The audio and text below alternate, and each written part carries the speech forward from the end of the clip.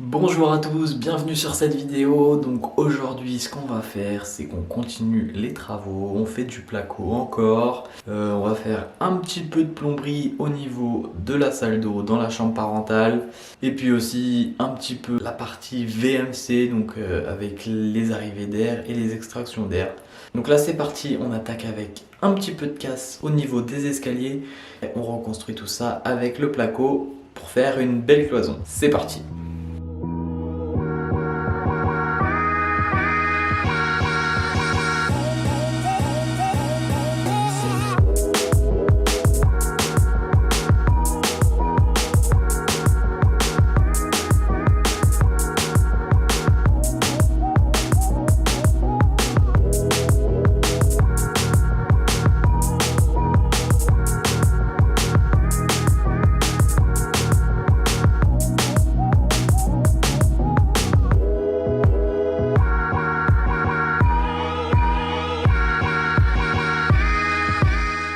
Là, je vais commencer à plaquer contre la ferme.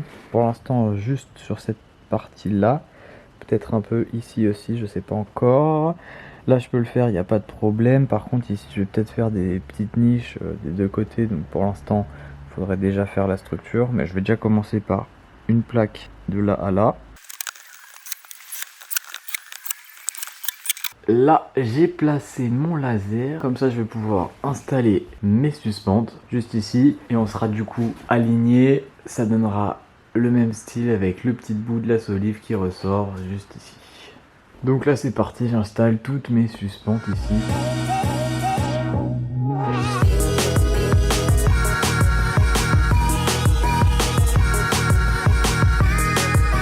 Voilà, du coup là j'ai placé toutes mes suspentes. De ce côté là j'ai mis des petites cornières comme pour là-bas, comme ça sera bien fixé à la poutre. Il reste plus qu'à installer les fourrures et puis après on pourra plaquer. Et voilà. Bon maintenant ça va être compliqué de plaquer parce que là je suis tout seul. Je vais essayer du coup de commencer à plaquer le long de la ferme ici. Cependant, ce que je veux faire, c'est que le placo de la ferme se repose sur le placo du plafond. Donc je vais mettre un petit bout de placo là sur le bord. Ça va pouvoir me permettre de me caler donc sur le petit bout de placo que j'aurai installé et pouvoir poser tout ce placo ici. J'ai mis mes petits bouts de placo juste ici. J'ai découpé ma plaque. Maintenant, plus qu'à essayer de l'installer, donc du coup entre cette fourrure là et celle-ci, je ferai un petit bout par la suite là, et puis le suite après, au moins là c'était un grand bout que je pouvais faire facilement.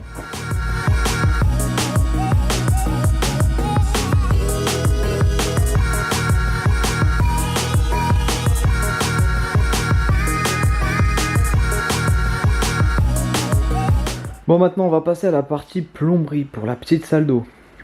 Donc là je vais vous expliquer mes arrivées d'eau, donc elles vont arriver par ici. Donc là on passe tout de suite en dessous pour que je vous explique comment elles arrivent. Donc si vous vous rappelez bien, ici j'avais fait une nourrice avec plusieurs sorties. Donc justement, là on est sur l'eau froide, donc j'avais une sortie prévue pour la cuisine ici et une sortie de prévue justement pour la salle d'eau. Donc là ça va longer le mur, monter, passer par le plafond. On va longer, donc bon c'est pas ouf mais ça passe par le plafond. Et ici ça va remonter pour la salle d'eau. Et pour la partie eau chaude, donc j'avais tiré un tuyau qu'on voit juste ici. Je pense que je vais le faire revenir également ici.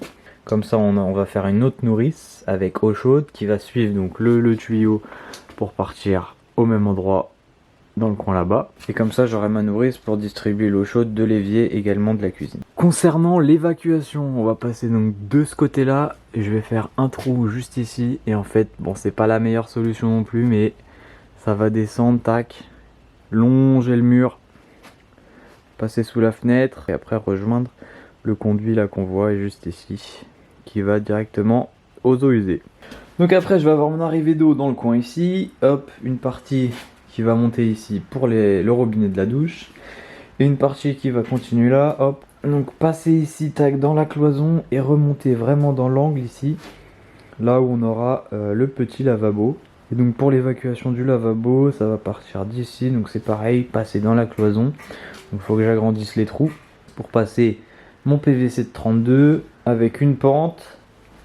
Puis on va arriver par là du coup, avec l'évacuation de la douche on aura les deux tuyaux hop, qui vont se rejoindre et qui vont descendre juste en dessous comme je viens d'expliquer. Donc là c'est parti, on fait les trous pour les arrivées d'eau.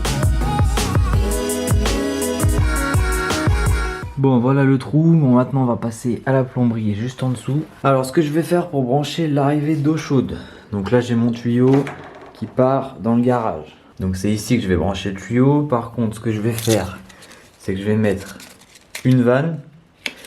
Comme ça au moins je peux fermer ce circuit là. Parce que tous les autres ils ont déjà une vanne. Mais ici si je me branche là j'aurai pas de vanne. Donc je vais mettre une vanne. Et en sortie de la vanne le coude avec mon raccord pour se brancher sur le tuyau. Fallait pas ouvrir celui-là. Ah, il pleut. Bah là j'ai ouvert le mauvais là. Ça goûte maintenant, il pleut à l'intérieur. Bon bah voilà, là c'est bon. Tout est branché. Donc bien évidemment la vanne est fermée. Parce que de l'autre côté j'ai pas de raccord. Donc là si j'ouvre ça sort à fond. Maintenant on passe à la suite. Donc là ce que je fais maintenant que ce tuyau est raccordé à la nourrice, là je lui mets un petit coude comme celui-là, je le fais arriver au fond du mur et là je mets aussi une nourrice pour l'eau chaude, donc on aura eau chaude, eau froide juste ici. Finalement là je viens d'agrandir le trou, pourquoi? Parce que je vais couper le tuyau derrière, je vais couper le tuyau ici, je vais faire un raccord 20-20 ici, comme ça celui-ci on pourra toujours y avoir accès parce que ce sera derrière le placard qui se situera ici.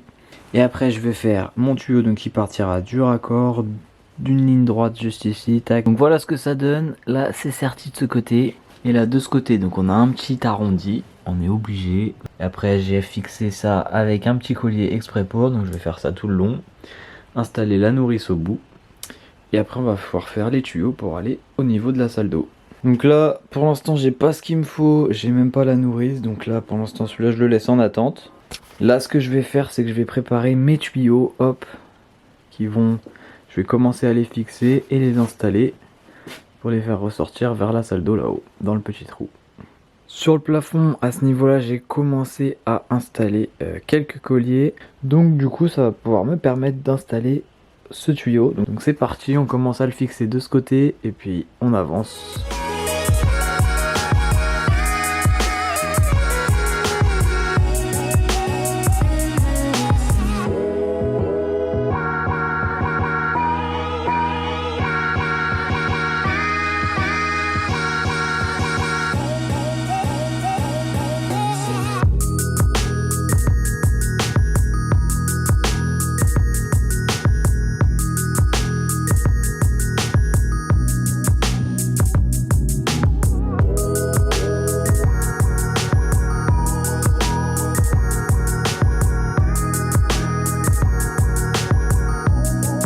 Voilà ce que ça donne. Donc là j'avais pas filmé mais j'ai rajouté une petite gaine juste pour le passage dans la dalle. Comme ça évite si jamais il y a des petits mouvements que ça abîme le tuyau directement. Elle est un peu longue mais ça je couperai après.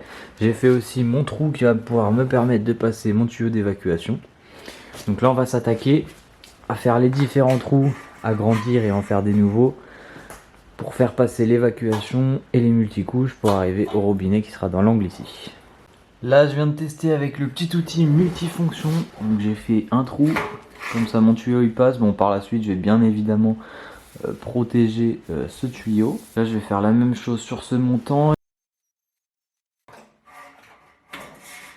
Donc voilà ce que ça donne. Bien évidemment il faudra faire attention quand on va visser les plaques. Il faudra que je fasse des petits repères pour pas visser mes vis dans le tuyau, sinon on va avoir un problème. Et puis en bas, hop, on mettra un petit coude. On aura une jonction dans le coin qui rejoindra l'évacuation de la douche. Et hop, les deux partiront ici. Ok, maintenant que j'ai défini un peu tout ça, je vais pouvoir fixer mon rail en bas, en haut. Après, on mettra les plaques à droite et à gauche. Et après, on pourra mettre les montants sur les côtés.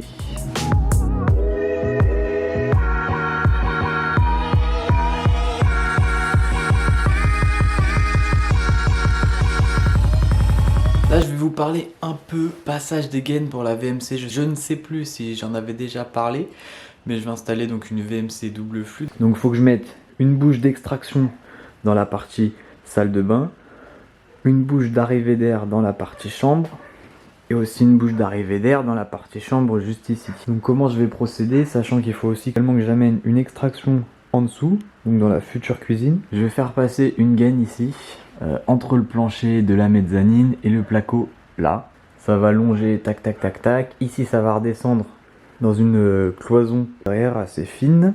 Et ensuite après on va partir un peu sur le côté. Ici il y aura un trou qui descend en dessous pour faire l'extraction de la cuisine. Maintenant que j'ai avancé un peu sur cette partie là, je vais pouvoir fixer mes gaines de VMC comme celle-ci. Là on va faire la partie au-dessus du plafond, comme ça après on pourra fermer le plancher.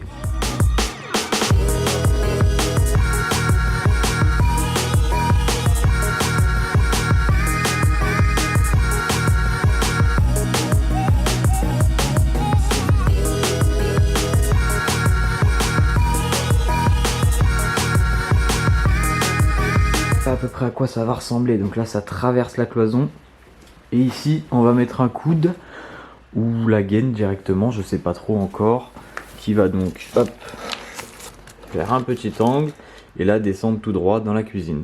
Donc à cet endroit là ça sera donc l'escalier, donc en dessous on aura un placard, donc ça fera un petit coffrage dans le placard, donc dans tous les cas c'est caché, donc c'est pas grave.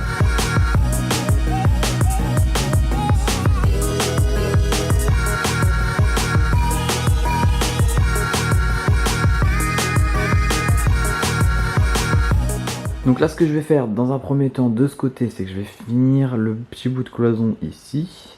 C'est-à-dire que d'abord je vais installer de la laine. Donc c'est de la laine exprès pour les cloisons, donc de 45 mm d'épaisseur. Elle est déjà prédécoupée à 60, comme ça rentre parfaitement entre les deux montants. Donc là on pose ça et après on met la deuxième plaque en hydro.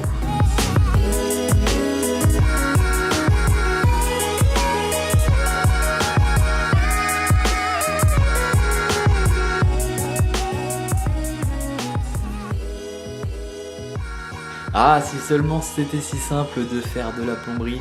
En tout cas, j'espère que cette petite vidéo vous aura plu. Dans la prochaine vidéo, on attaque le changement des fenêtres. Donc j'espère que vous serez au rendez-vous. On se retrouve donc dans 2 semaines. C'était Bric à Barac. Ciao!